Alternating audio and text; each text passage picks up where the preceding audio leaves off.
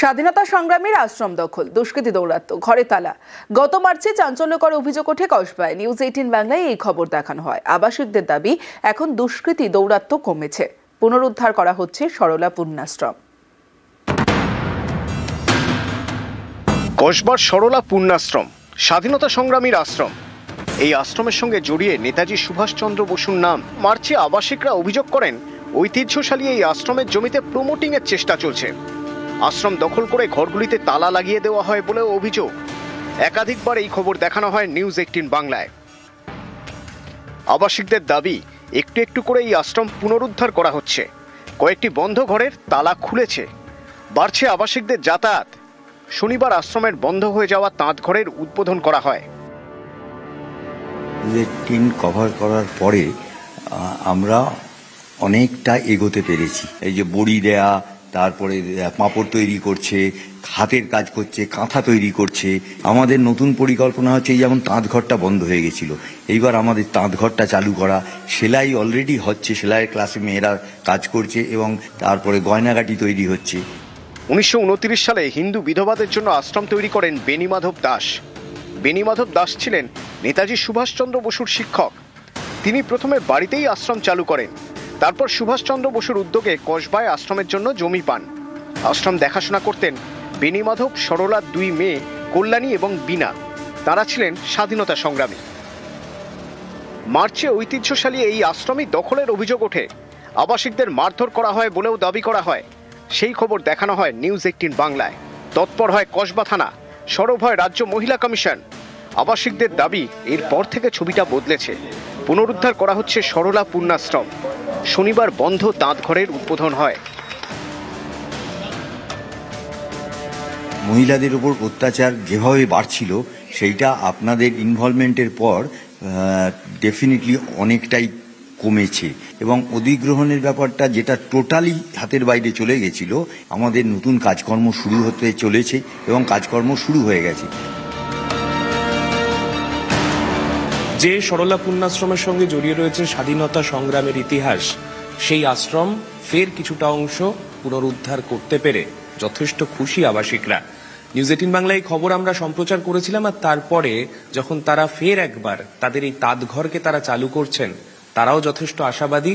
এই তাঁত ঘর আগামীতে শহর কলকাতার মতো জায়গাতে তাঁত শিল্পের যে ইতিহাস রয়েছে, সেই ইতিহাসকে সামনে তুলে আনতে আরও একবার অগ্রণী ভূমিকা নেবে। ক্যামেরায় মনোজ কুমারের সঙ্গে সার্নিক ঘোষ, নিউজ 18 বাংলা, কলকাতা।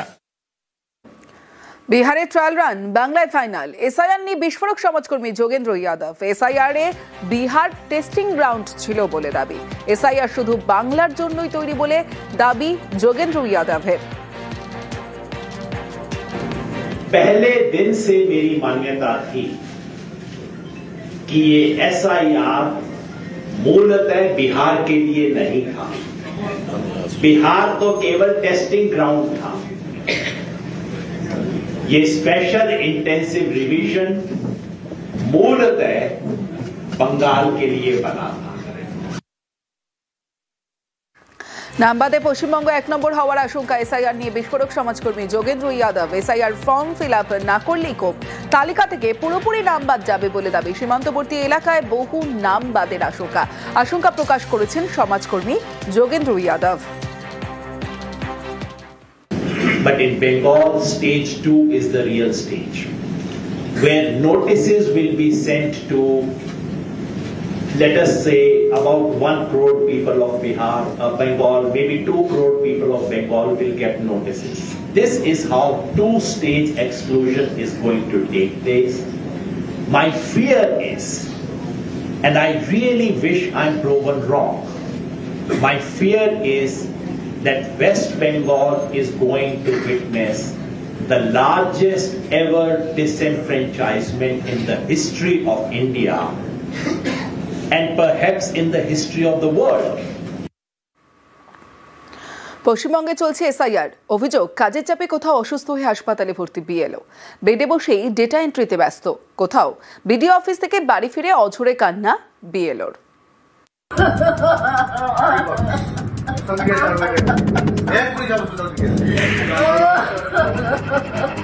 আমি তো বলছি কাজে করে পিছিয়ে নেই তো মোটামুটি করে কাজে করে পিছিয়ে নেই তো।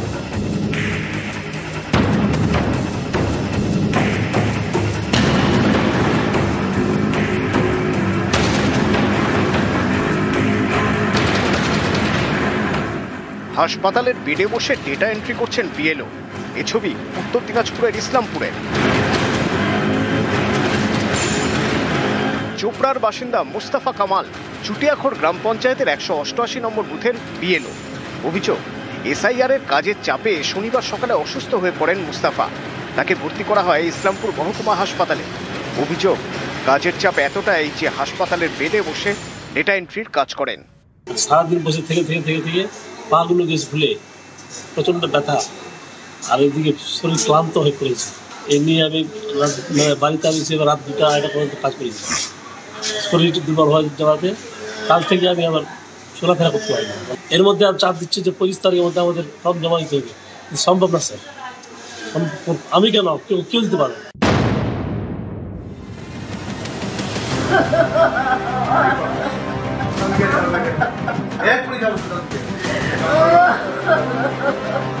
আমি তো বলছি কাজে করে পিছিয়ে নেই তো মোটামুটি করেছে কাজে করে পিছিয়ে নেই তো মোটামুটি করেছে। হুগলির পান্ডুয়া এখানকার একটি বুথের বিএলও সুমিতা মুখোপাধ্যায়। তার দাবি, তিনি 1300টি ফর্মের মধ্যে 300টি ফর্মের ডেটা এন্ট্রি করেছেন। অভিযোগ, এই কারণে তাকে পান্ডুয়া ব্লক অফিসে দীর্ঘক্ষণ বসিয়ে রাখা হয়। দ্রুত কাজ শেষের জন্য চাপ দেওয়া হয়। এরপরে বাড়ি ফিরেই বিএলওর কান্না। কাজে করে পিছিয়ে নেই তো মোটামুটি করেছে কাজে করে পিছিয়ে নেই তো মোটামুটি করেছে।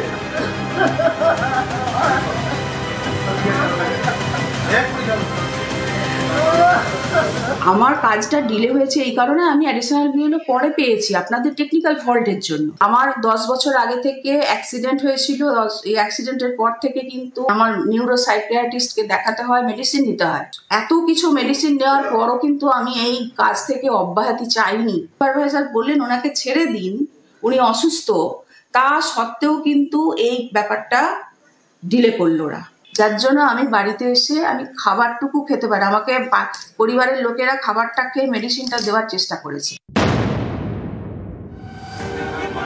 জলপাইগুড়ি সদর ব্লকের গোড়ালবাড়ি গ্রাম পঞ্চায়েত এখানকার খান সাহেব পাড়ার একটি বুথের বিএলও অঞ্জুয়ারা বেগম। স্থানীয়দের দাবি, এসআইআর এর কাজ শুরুর পর তিনি অসুস্থ হয়ে পড়েন। এরপর থেকেই বিএলওর কাজ করছেন অঞ্জুয়ারার নাবালক ছেলে। বিএলওর যে সে তো নাই, এখন বলে হসপিটালে আছে কি কোথায় আছে আমরা তো জানি না। পরে ওর ছেলেকে কালকে জমা দিয়েছি। ভিডিও থেকে আসে একবার সঠিক মূল্যায়নটা যদি করে দেয় যে ও অসুস্থ বা ওর ছেলেই চলবে, পরে যদি কোনো ভুলভাল হয় তো তার দায়িত্ব কে নেবে। কৌশিক ঘোষ মুর্শিদাবাদের জঙ্গিপুরের একটি বুথের বিএলও। অভিযোগ, কাজের চাপে অসুস্থ হয়ে পড়েন।